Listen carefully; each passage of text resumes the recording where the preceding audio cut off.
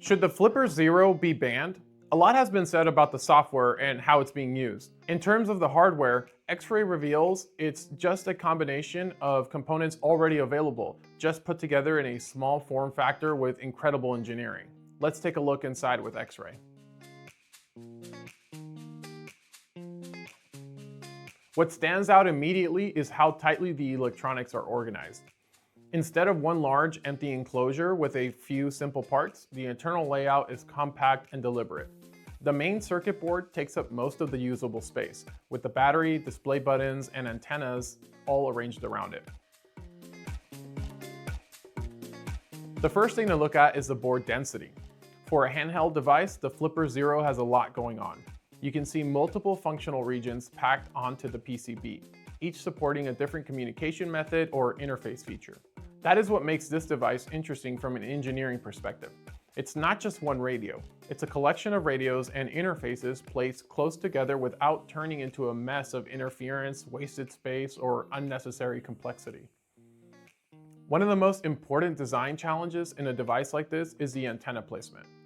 Wireless systems need room to operate, and they don't always like being surrounded by metal, batteries, displays, or other electronics.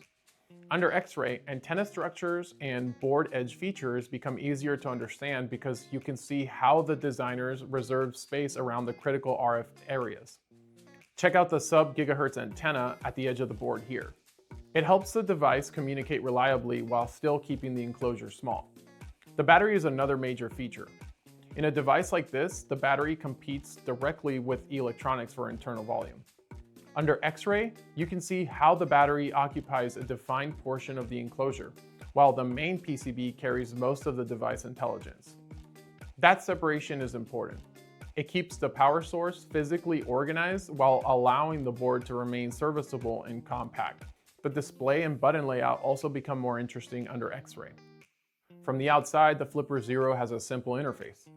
But inside, every button press has to connect back to the circuit board through a precise mechanical and electrical layout. The X-Ray shows how the user interface is built into the structure of the device rather than added as an afterthought. This is where X-Ray inspection becomes useful. Devices like this rely on hidden solder joints, small connectors, antennas, compact assemblies, all that can't be fully evaluated from the outside.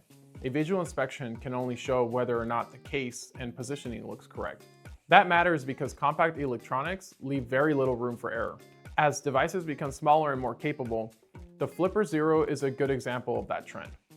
It takes multiple electronic systems and capabilities and compresses them into a small handheld form factor. And that's what makes the Flipper Zero extremely interesting under X-Ray.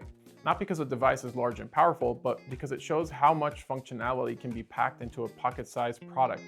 They're becoming more integrated, more layered, and more dependent on hidden structures that have to be manufactured correctly. Subscribe for more X-Ray teardowns, and thanks for watching.